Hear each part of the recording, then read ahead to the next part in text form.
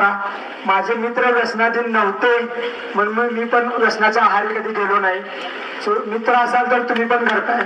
So चांगले मित्र नेहमी ठेवा, कारण तेच तुम्हाला आयुष्याची दिशा देत असतात आणि किंवा दशाही करत असतात तुमची. त्यानंतर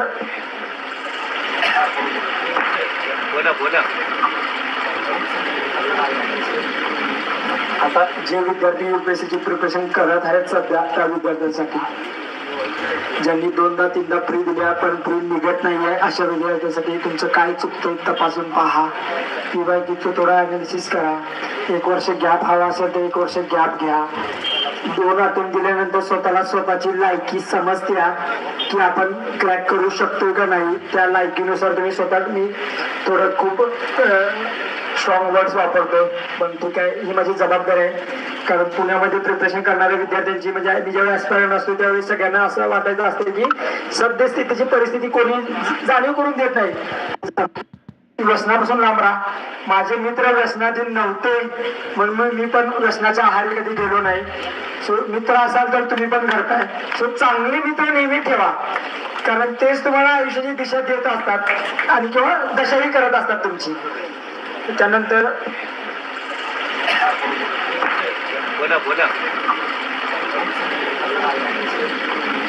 आता जे विद्यार्थी युपीएससीची प्रिपरेशन करत आहेत सध्या, त्या विद्यार्थ्यांसाठी ज्यांनी 2दा 3दा प्री दिल्या पण प्री निघत नाहीये, अशा विद्यार्थ्यांसाठी तुमचं काय चुकतं तपासून पहा.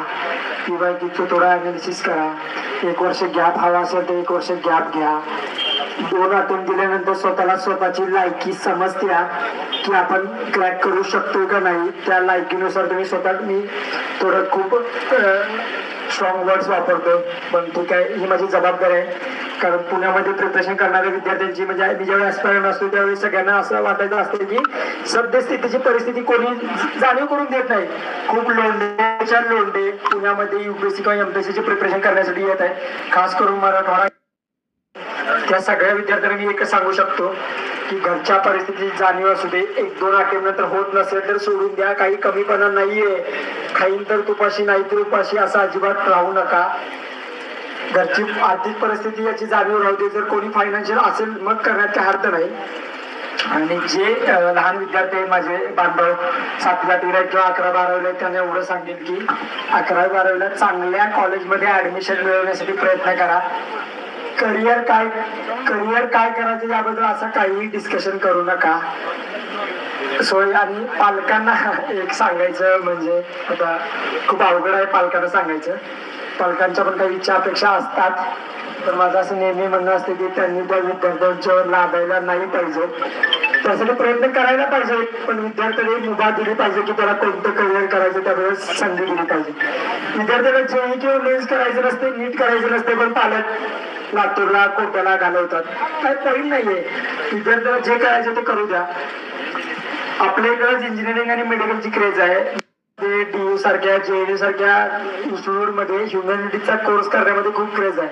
स्टिपन्सला लेडीज श्रीरामला ऍडमिशन मिळवणं म्हणजे खूप कठीण आहे. मी म्हणेन की इंजिनिअरिंगला ऍडमिशन मिळवणं सोपं आहे, DU मध्ये ऍडमिशन किंवा JNU मध्ये ऍडमिशन मिळवणं खूप अवघड आहे. सो गावाकडचे विद्यार्थी गावाकडे BA किंवा BCom करण्यापेक्षा DU JNU मध्ये जाऊन BCom BA करा.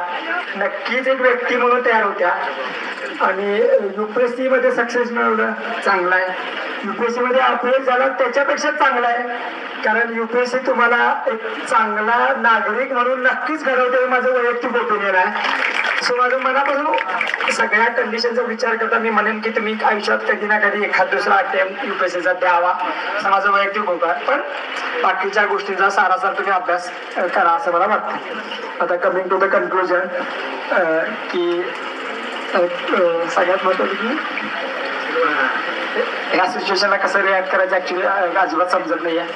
महाराष्ट्रावर खूप जास्त व्हायरल रील्स होऊ लागले. प्रसार माध्यमाने खूप जास्त उचलून पण धरलेलं आहे. समजा माझ्या माध्यमातून काही चुकीचे शब्द केलेले असतील, समजा मी काही स्टेटमेंट केलेलं असेल तर त्याच्या मागचं इंटेन्शन समजून घ्या असं मला म्हणायचं.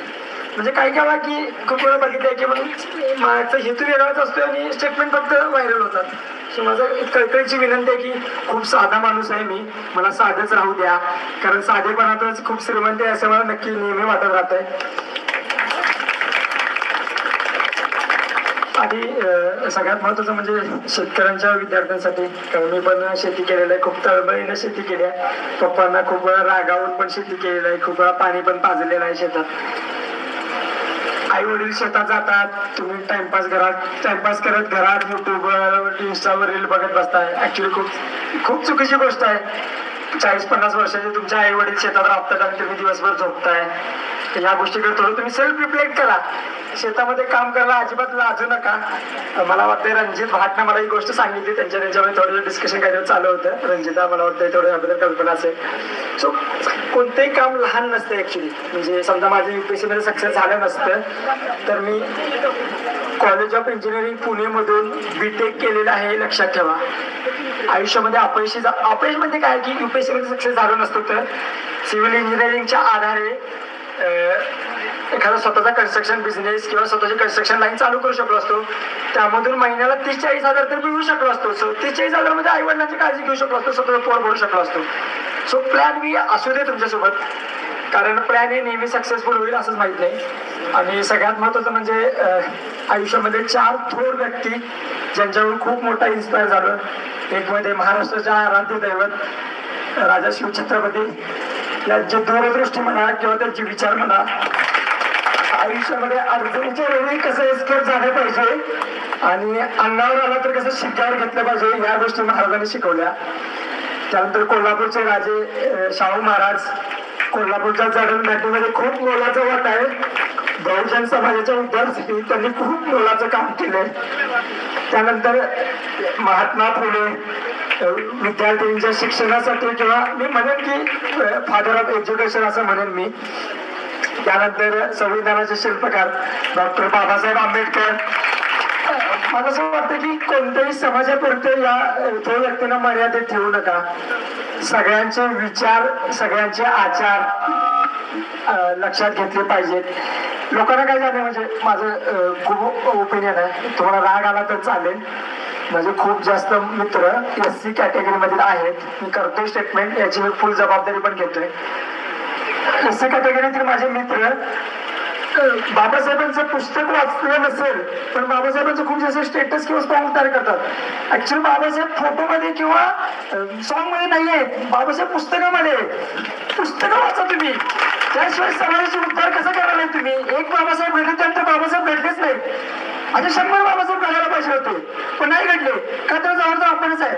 बाबासाहेबांना एका समाजापुरतं मर्यादित ठेवलं. त्यांचे आचार विचार सगळ्या आकलनात घ्या. समाजामध्ये आरक्षणाचा फायदा दिला, अफर्मेटिव्ह ऍक्शन का दिला, कारण सगळ्यांची स्टार्टिंग लाईन सेम नाहीये. सगळ्यांना स्टार्टिंग लाईन सेम यासाठी आरक्षणाचा फायदा दिलाय, पण फायदा कोणी दिसत नाही. ज्यांनी फायदा घेते तेच फायदा घेत आहेत. माझे महान माणसाचे जे मित्र आहेत ते फायदाच घेते. गावाकडे व्यसनाधीन झालेले आहेत, 11-12 मध्ये टाइमपास करायला लागले. त्यांना म्हणजे खूप कळकळीची विनंती आहे, कारण बहुजन समाजाचा गोरगरीब मराठा समाजातील गोरगरीब शेतकरीचा मुलगा जर प्रशासनामध्ये आला तर प्रशासन सुधारणार आहे. जोपर्यंत आपल्यासारखी व्यक्ती प्रशासनामध्ये येणार नाही तोपर्यंत प्रशासन सुधारणार. आपण कसं एक्सपेक्ट करणार आहे की प्रशासन सुधारायला पाहिजे. आपल्यासारखी व्यक्ती गेली तरच सुधारणार आहे ना. तुम्ही बाहेर राहून जर अपेक्षा करत असाल तर कसं अपेक्षित आहे ते. तुम्ही सिस्टम मध्ये आलं पाहिजे. तुम्ही निर्णय क्षमता तुमच्यामध्ये हातामध्ये आली पाहिजे ती. सो माझं सर्व बहुजन समाजातील सर्व विद्यार्थ्यांना आव्हान हेच आहे, तुम्ही प्रशासनामध्ये आलं पाहिजे, निर्णय क्षमतेमध्ये हस्तक्षेप केला पाहिजे. आणि सगळ्यात महत्त्वाचं म्हणजे आता काय सांगायचं विसरत होतं, म्हणत होतं सर्वांनी चांगला अभ्यास करा. म्हणजे विद्यार्थी जे झगडत आहेत त्या विद्यार्थ्यांना शिक्षकाने आणि पालकांनी चांगला सपोर्ट द्या. जसं मला माझा दादा, आई वडील किंवा अक्षय भेटला तसं तुमच्या आयुष्यामध्ये शोध घ्यावा लागतो. समजा मी अक्षयसोबत मैत्री केली नसती तर आम्हाला अक्षय भेटलाच नसता. म्हणजे मित्र ओळखणं आणि मित्राची पालक करणं हे पण खूप महत्वाची गोष्ट, म्हणजे तुमच्यावर डिपेंड आहे ऍक्च्युली. मला वाटतं खूप जास्त वेळ झालेली आहे आणि इतक्या मोठ्या प्रमाणात म्हणजे सुहासदा म्हणा किंवा गावच्या माझ्या सत्कार समारंभाच्या मॅनेजमेंट कमिटीने खूप जास्त कष्ट घेतलेले आहेत. त्याचा मी खूप खूप खूप जास्त मनापासून आभार आहे. म्हणजे